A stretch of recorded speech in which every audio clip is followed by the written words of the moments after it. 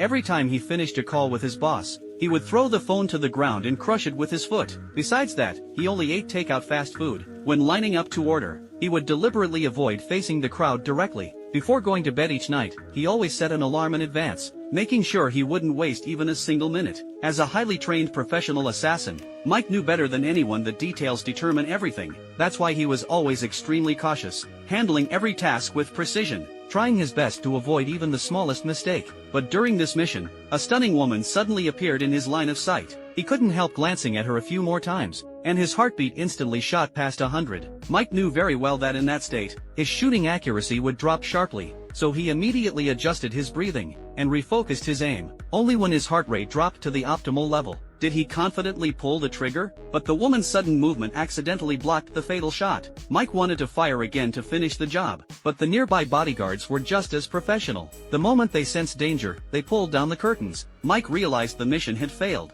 He didn't dare waste another second. He quickly packed up his gear and got ready to leave. His movements were fast, but not panic. Clearly he had prepared a backup plan in advance. He picked up the shell casing from the ground, put on his helmet and hurried downstairs. Then he jumped on a pre-arranged electric bike, almost brushing past the police arriving at the building. Mike's escape route consisted entirely of quiet side streets that not only helped him stay hidden, but also allowed him to dispose of his tools along the way. When he saw a garbage truck parked ahead, he simply tossed his backpack with the gun inside into it. After riding for a while, Mike ditched the electric bike and casually threw his helmet into the river. Then he went into a convenience store, pretending to borrow the restroom, quickly took off his clothes, and scrubbed every inch of his skin, trying to remove all traces of gunpowder. After that he changed into a set of tourist clothes. Before leaving, he even sprayed some perfume on the sink to cover any lingering scent. Next he hailed a random taxi by the roadside, and headed straight for the airport as fast as possible. Before entering the terminal, he took out his last self-defense pistol,